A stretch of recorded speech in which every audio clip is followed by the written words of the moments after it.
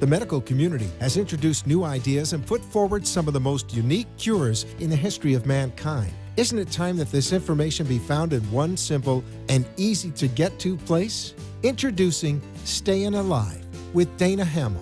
Dana has been in the medical community for over 15 years and is ready to bring the latest and greatest in the medical community. Each week, Dana will interview different doctors in different fields and will offer you, the public, to call in and ask questions that you need answers to. Call into the show, 888-565-1470, and feel free to ask the doctors any questions that you may have. All shows can be seen on amp2.tv or the wwnnradio.com website. Now, it's time to get informed. Here's Dana Hammill. Good evening. My name is Dana Hammill, and you are listening to Stayin Alive, the talk show designed to bring you the latest with what's happening in medicine. Before we get started tonight, I wanted to quickly introduce myself and explain a bit more about what you can expect to hear on the show going forward. I've been part of the medical and holistic wellness communities for over 15 years, and I wanted to create a place where listeners could hear local doctors be interviewed and ask questions and be exposed to lots of new types of healing modalities. Some of the medical advancements that we plan to discuss on the show I expect to be very traditional, and some not at all. But either way, I plan for it all to be very informative, and also I hope to make it a lot of fun. As your host, it's my goal to bring new ideas to light and provide a place that makes medicine easy to understand and help all of us stay healthy and feel more alive. I have a great show lined up for you tonight. Tonight, we're going to be discussing movement disorders.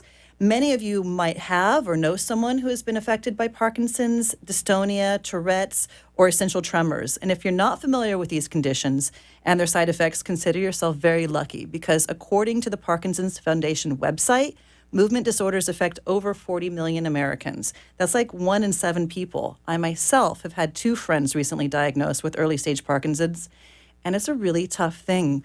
Can you imagine having a disease that over time leads your body to move in ways that you don't control? For some people, these uncontrolled movements are so difficult and debilitating to manage that even the basic functions of daily living are impossible. So tonight, I am especially pleased to welcome renowned neurologist Dr. R.F. Dalvi to the show, who will be telling us about a way that he has found to successfully treat and manage movement disorders.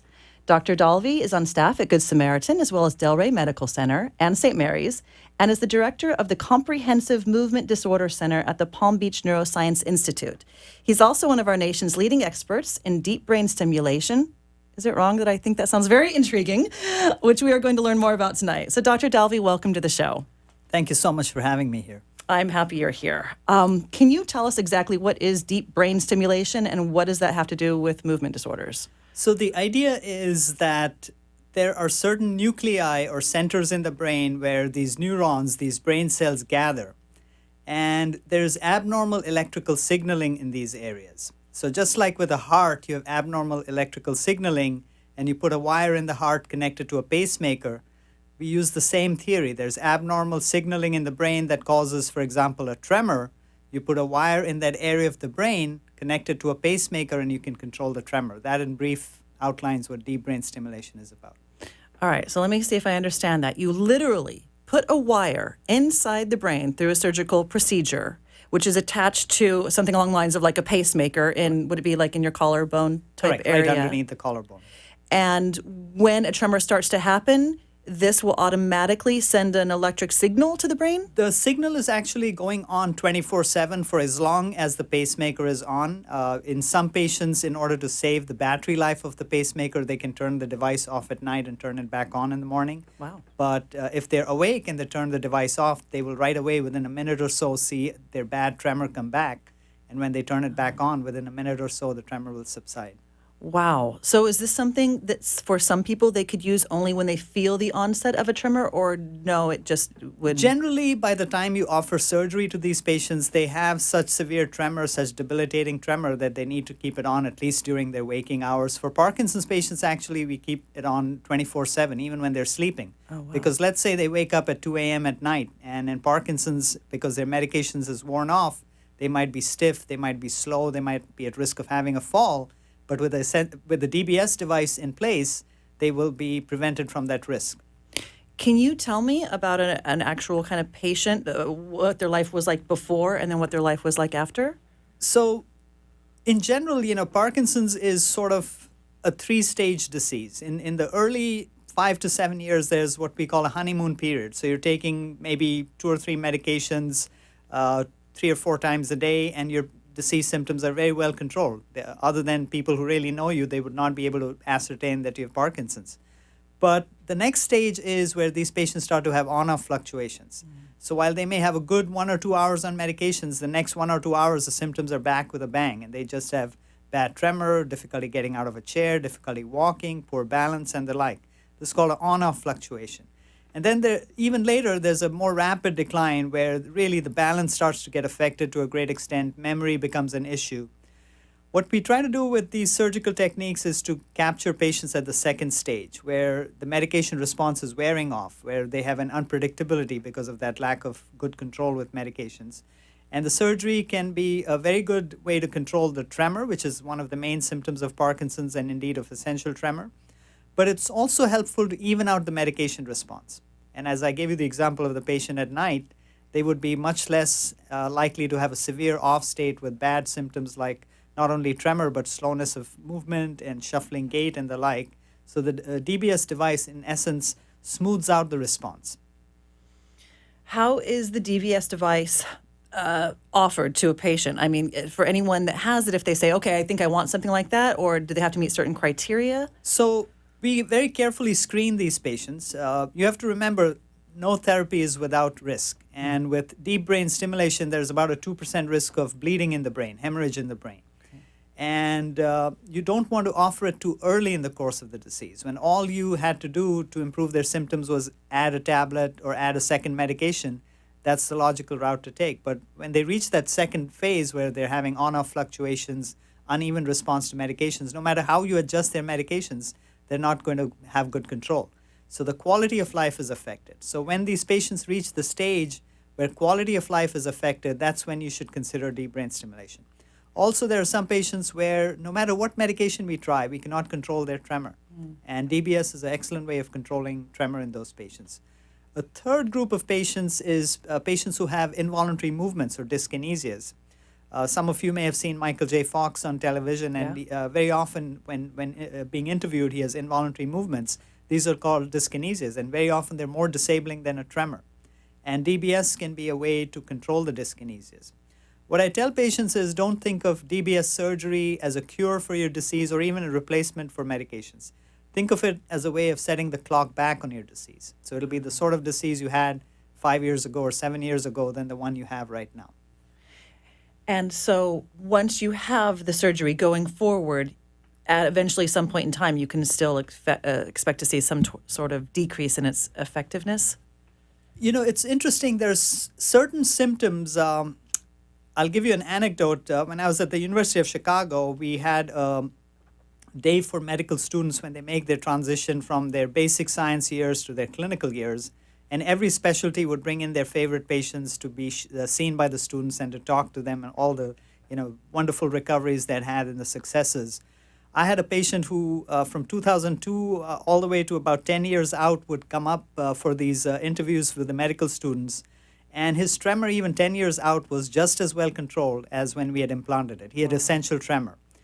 Now, in Parkinson's, it's a little different. The tremor might still be well controlled 10 years out, but there are other symptoms that don't respond to DBS techniques, such as memory issues and the like. So at that point, the disease state or the disability is coming not so much from the physical symptoms, but from the cognitive symptoms. And that's a different challenge, and we have different ways of treating those aspects of the disease. Okay. Have you seen any interesting side effects from implanting the wire? I would think once you're doing brain surgery, all sorts of possible things could happen. So, to give you an idea, to put that single electrode in, the area that we are implanting the electrode in, it's the size of a little bigger than a Tic Tac. And we're doing it from the outside. And what we use is the technique that I'm involved with. It's called microelectrode recording. And we are putting these electrodes in with careful mapping, with MRI imaging, to target that area of the brain. We're listening to the brain cells as they fire to identify the exact site where these tremor cells are and where the abnormal signaling is. But even so, you can be off by a millimeter or two from the precise target. And what they say about real estate is true about the surgery: location, location, location. So if you're not on the precise target, there are different areas where the stimulus can spread to. One interesting side effect that I've seen it's a rare side effect, but one that I saw in a patient was this patient had had DBS surgery, and I thought the mapping had gone well, and he came to my office for the adjustment of the DBS settings. And he was a cheerful, happy kind of person, but I turned the device on and I saw his tremor get better, but he started to get very sad. I mean, his eyes drooped and he felt really blue and tearful. And I was like, "Are you okay?" And he said, "Yeah, I'm just feeling miserable." And I said, "Look, your tremor is looking so much better." He says, "I don't know why, but I'm miserable." So we turned the device off and his tremor came back within a minute or two, but he felt happier again. So the area in the brain where these nuclei are, some of those areas have fibers that go to your mood and emotion centers. Okay. Now, the good thing about DBS, as opposed to the older techniques like pallidotomy and thalamotomy, where we would actually burn a stroke in the brain to control these areas, DBS is reversible. Not only that, each electrode has different contact points that we can use. So in this patient, I was able to use a higher contact point, and he did not have that side effect, and he had wonderful control of his tremor. So that's one of the advantages of deep brain stimulation as opposed to the older modalities like lesioning techniques. Have you ever found that someone regained memories or was able to do something that they weren't able to do or able to learn in a different way? You know, one of the interesting things with Parkinson's that happens is, and in fact, we had a research project when I was at the University of Chicago. The area of the brain that we're looking at, it's sort of like Penn Station in New York. You know, every train goes through there. So these are such well-connected areas that even though the main aim of the surgery is to help physical symptoms, there's a certain slowness of thought that comes with Parkinson's disease, and many patients say they're just that much sharper after surgery. This has been tested with neuropsychological testing, and one of the things we screen for is if patients already have significant dementia, we do not offer the surgery for them. But in the well-screened patient, as I mentioned, there's a global improvement in function and in quality of life. And you don't offer it to them for what reason? The fear is that it could make it worse, the dementia Correct. worse? Because, we are mapping the brain. We're putting electrodes in the brain firstly to map the brain. We're putting an electrode in the brain as the final device that is going to work with the stimulation. All of these basically are going through different areas of the brain. And in people who have brains that have a lot of atrophy or that already have a substantial baseline of dementia, we are reluctant to offer the surgery for fear of worsening this condition. So if we see signs and symptoms of significant dementia, we will offer a screening called neuropsychological testing. So they will go through formal neuropsychological testing, and if we see evidence on that testing that there is significant dementia, if there's mild dementia, some slight memory trouble, short-term recall, things of that sort, they still would be good candidates. Okay. But there's nothing that has been shown that it could be an absolute help with dementia patients. It's interesting you ask that because there is actually a study out of University of Toronto where they are looking at DBS in a little different area of the brain, not the subthalamic nucleus or the thalamus, but a different area of the brain where they're looking at it as a potential treatment for Alzheimer's, memory loss from Alzheimer's.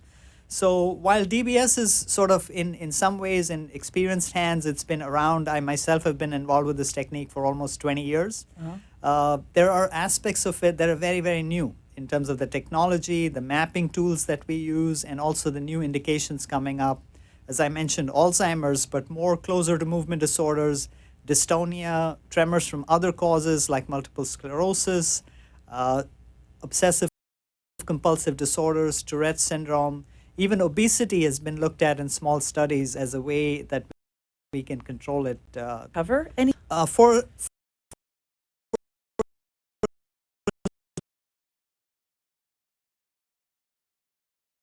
it is FDA approved. The original indication in 1997 was for essential tremor.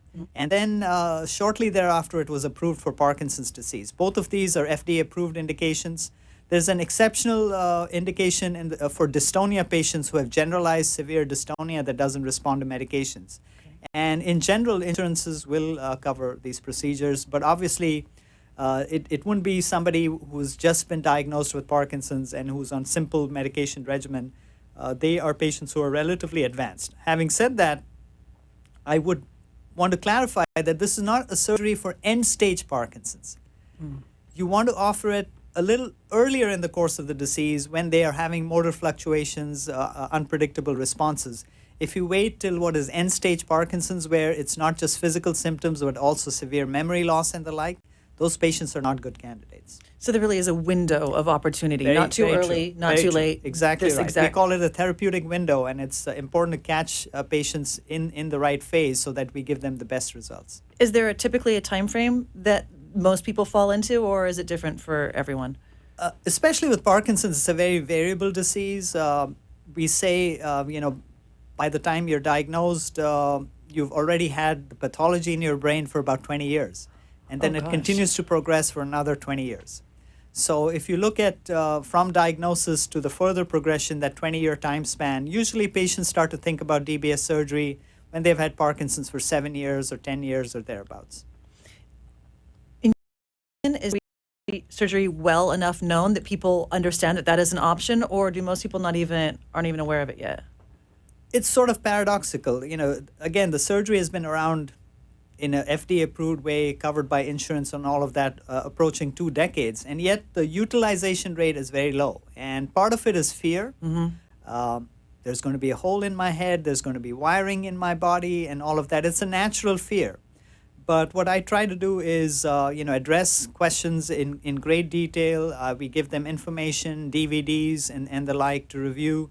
So patients are really well informed by the time the surgery day arrives. And, fortunately, there are some patients who are so grateful for the procedure that they're even willing to work as patient advocates. And if there are questions that a patient might want to hear from another patient as to how it felt to go through with surgery, these folks are kind enough that they will offer their opinion of how it felt to make that big decision. But fear should not be a way to prevent you from a quality of life changing therapy. And that's why I try to explain as much as I can in as great detail as I can, but also accurately. I don't downplay that this is a major surgical procedure and that there are risks to it. And I have to ask, for all my Boca ladies, do you absolutely have to get your entire head shaved? Not at all. Oh, that's good news. The area that the burr hole is about the size of, I would say, a quarter. Okay. So, you really don't need the entire head shaved. It's just the area that's adequate enough to allow for cleaning up that area, sterilization of that area, and the burr hole to be drilled. So just one hole is needed around the size of a quarter? Correct. That's for one side. If you do 2 sides, then obviously both sides of the brain, there will be one hole on each side. Do most people need 2 sides or one side? It depends. There are some people who clearly have bilateral symptoms on both sides that are severe enough that they will need an electrode on both sides of the brain. And there are some who will have very predominantly one-sided symptoms. Oh. And it's interesting because the brain is cross-wired. So let's say somebody has terrible tremor in their right hand. Surgery on the left brain will help the right hand and vice versa.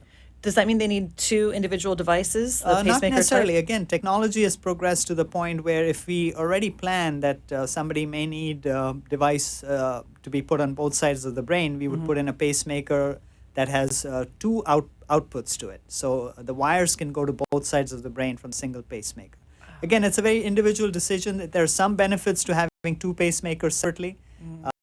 There are other benefits to having a single device going to both sides of the brain. If someone needs both sides of the brain addressed, can that be done in one surgery, or does this have to be broken up into different surgeries? In general, we try to divide up the surgery. Okay. And why is that? I remember when I started out with this, our surgeries would begin at 7 in the morning and they would end at 7 in the evening. We would try to implant both the electrodes and both the battery packs all on the same setting. And let alone the patient being exhausted, the neurologist, neurosurgeon, the whole team would be exhausted. It also leads to more complications when you try to combine all of that in one, because one interesting part is the electrode implantation, the microelectrode recording is an awake surgery, and it doesn't require anesthesia. And yet it's the longest portion of the surgery in terms of trying to find that exact area, making those different passes through the brain and trying to find the exact pinpointed site where the pathology is or the pathological signaling is. When you throw anesthesia on top of that for putting in the battery pack, then these patients already have had their brains being probed, and now you're throwing in anesthesia When they come out into the recovery room, they're often more confused, they're fatigued, they've been off their medications because we like them to be off medication so we can study the tremor and really target it and test it in the operating room. So we, at Delray Medical Center, we divide it up into steps. So we will implant an electrode. A week later, they will have the battery pack implanted.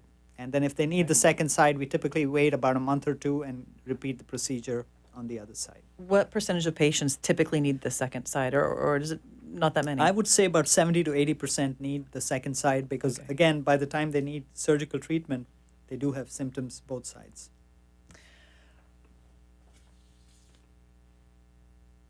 How long is the typical recovery time from this? So typically, our protocol at Delray Medical Center has been, we have surgery starting Wednesday. So early morning, 7:30 in the morning, we gather as a team and the patients are there. We are putting the head frame on and we do a CT scan to merge with their previous MRI to find the targets. They usually are in the operating room for about 3 to 4 hours, and then they go to the recovery room. I prefer to have them in an intensive care unit all of Wednesday night, just so we can keep a close eye on them. They've been through a major brain surgery. By Thursday morning, we'll have physical therapy, work with them, walk with them, make sure they're doing all right. Most patients go home the next day. There are some patients that will need to stay an additional day just to get a little more conditioning done. Occasionally, we will have some patients go for about a week of inpatient rehabilitation, especially those who are frail and have had disease for many years. They may need that approach. But most patients, it's a day or two and they're back home. They do have to wait, as I said, a week to get the battery pack put in, which is mostly an outpatient procedure. And they have to wait about a week or two more for the actual programming to be done. Because when the device is put in, as I mentioned, we are probing the brain through different layers. And the brain is not settled yet. So you need time to let the brain heal so that we can find the correct settings on an outpatient basis. So they come to my office typically 3 weeks after we have implanted the electrode. I'm impressed because I would have expected that it would be a much longer recovering time. You think of brain surgery as being something huge. It is, except in this case, we are using an electrode that is almost hair thin. So we're not really damaging a large area or going through a large area. It's a very precise surgery. So that's the reason why in most cases patients recover and go back to their usual medications immediately after the surgery. And then once they have the programming done and we do the initial programming, we might actually start to taper back some of their medications and try to reduce the side effects from the medications that sometimes complicate the disease state as well. Besides medications, what other techniques do you employ before you get to the surgery decision? I think you and I had talked a little bit early about meditation. And how does that work? I certainly believe that, you have to, for these patients with these complex diseases, you need the full court press. You have to rely on medications where appropriate surgery, but you also need non-pharmaceutical methods. So holistic medicine, as it is called, it's an important part of how we handle these patients. A big part of it is exercise in Parkinson's patients, especially conditioning the lower body, because a lot of time these people will have difficulty with walking and balance and the like. Yeah. Yoga and Tai Chi have been explored as very good exercises for Parkinson's. For tremor in general, whether it comes from Parkinson's or other causes, meditation can be very helpful. And the idea is stress does not cause Parkinson's, stress does not cause essential tremor, but stress can drive the symptoms. And if you look at what stress is, it's an excess activity of your sympathetic system. When you see the tiger you want to run, that's the fight or flight response, that's a sympathetic system. In our case, there's no physical tiger there, but we are thinking about stressful events at work or at home, and they drive the same response. And when the sympathetic system is in overdrive, you're going to have all of these symptoms get worse. So meditation is a way to upregulate the parasympathetic system. And that's why it balances that sympathetic drive, brings things closer to normal.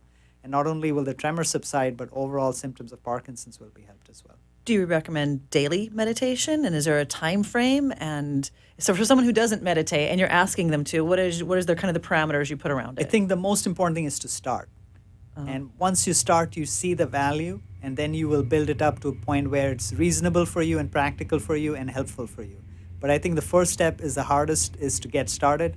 Now, the interesting thing is, you don't have to go to India to learn meditation anymore. That's great. you can I tell people there are more yoga classes in Boca than there are in all of India combined. But not only that, for meditation in particular, there are certain apps that are very useful that can guide you, put you through a 7-minute, 10-minute guided meditation, and that can be very helpful. Do you recommend daily or weekly or when someone's just starting off? I would, again, as I said, they will have to build up to the level that they feel comfortable with. I think initially it helps to do it on a daily basis because you're learning. It's a technique like any other. It's like playing the piano or playing golf. You have to practice it to get at least comfortable with that area. So meditation, again, in the beginning, you might want to do it on a more regular basis, but then later you might use it sort of as a pick-me-up, as an as-needed, charge my battery kind of technique. I love that we're finally at a point in our time where we're taking these traditions that have been around for thousands of years and incorporating them into Western medicine, because now we finally have the studies to prove that they work. It's interesting. There's a textbook of medicine in India called Ayurveda that was compiled somewhere around 500 BC. And in Sanskrit, there's a disease they describe. It's called a shaking palsy. And Sir James Parkinson's, after whom Parkinson's disease is named, his first book was called An Essay on the Shaking Palsy. And he described the signs and symptoms of Parkinson's, but Ayurveda describes the exact same ones: tremor, slowness of movement, stoop posture, poor balance. They're all listed there. And there's a herbal medication that they use. The botanical term for that is called Mucuna pruriens.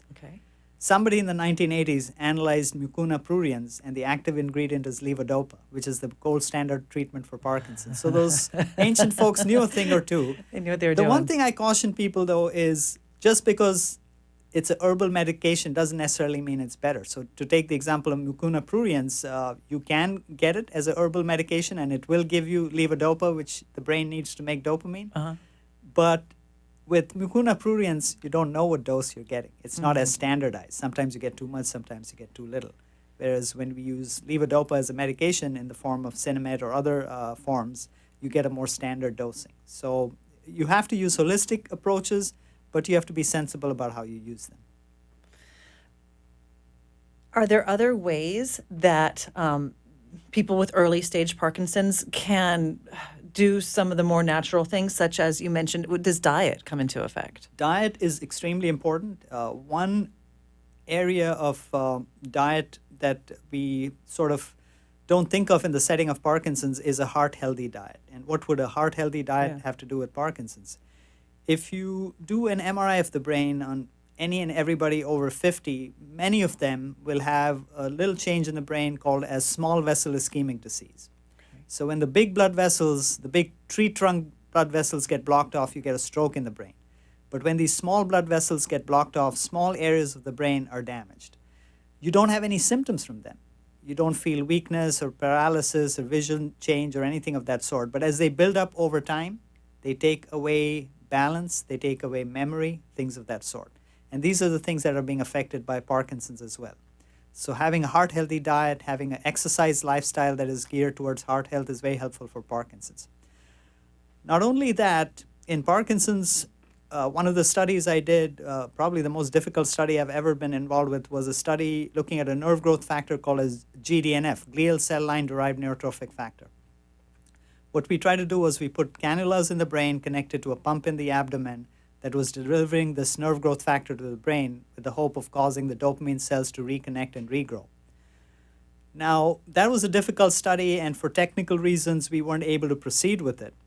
But there's a natural way of delivering nerve growth factor to the brain, which again is exercise. Because if you exercise, especially aerobic exercise, you stimulate BDNF, brain-derived neurotrophic factor, which has the exact same function, causing regrowth and reconnection of your brain cells. So both for Alzheimer's and Parkinson's, exercise is a very protective method. I understand that you have a teleconference coming up. That is correct. Can you tell me more about it?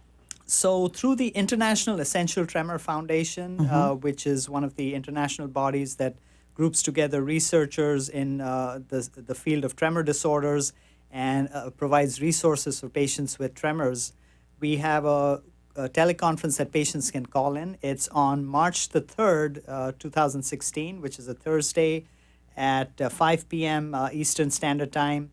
There are going to be two speakers, myself and Dr. Kelvin Chu, who is from the University of Michigan. It's going to be facilitated by Patrick McCartney, who's the director of the International Essential Tremor Foundation.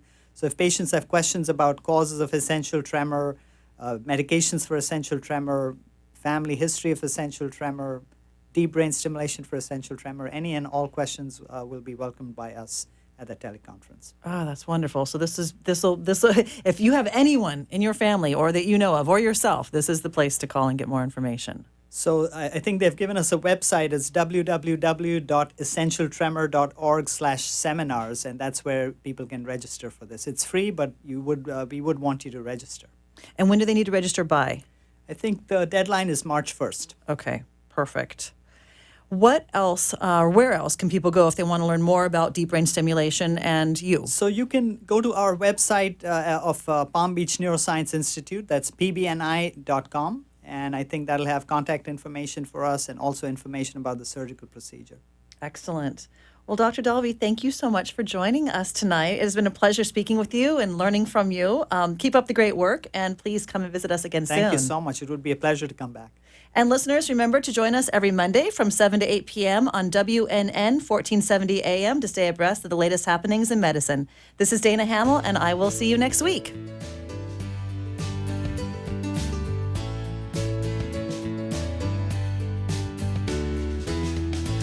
Times are tough, and right now those in the commercial world know that being heard via advertisements is the name of the game. AmpSquare.tv understands how important advertisement is and is proud to express that it's truly the only plugged-in internet television production company on the market. Amp2.tv live streams all their shows across all the major selling markets in the U.S. and abroad. Call them at 866-224-5422. The AmpSquare.tv library allows productions to be seen over and over again, making commercial platforms more usable. Call 866-224-5422. Toll free 866-224-5422. Amp2.tv, the first and only internet television network that's truly plugged in.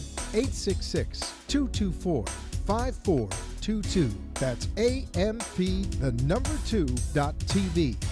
If you are a medical provider, doctor, or just have something you have created or know about and want to share it with the entire community, call Stayin' Alive with Dana Hammill at 866-224-5422 and share your information with us. Amp2.tv wants to interview those in the medical profession so you can bring the latest information that everyone needs to know. If you're a doctor who has created a new concept in medicine or a company that offers medical assistance, AMP wants to hear from you. Call 866-224-5422 today and get on Stayin' Alive with Dana Hammill and let the community know what's going on. Thanks for listening and watching Stayin' Alive with Dana Hammill. Please join us next week when Dana brings another professional in the medical community who will tell us what they are currently working on to improve your quality of life.